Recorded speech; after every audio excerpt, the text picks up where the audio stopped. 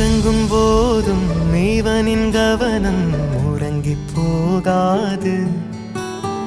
கனவில் கூட காவல் செய்யும் கடமை மறவாது. உலகமே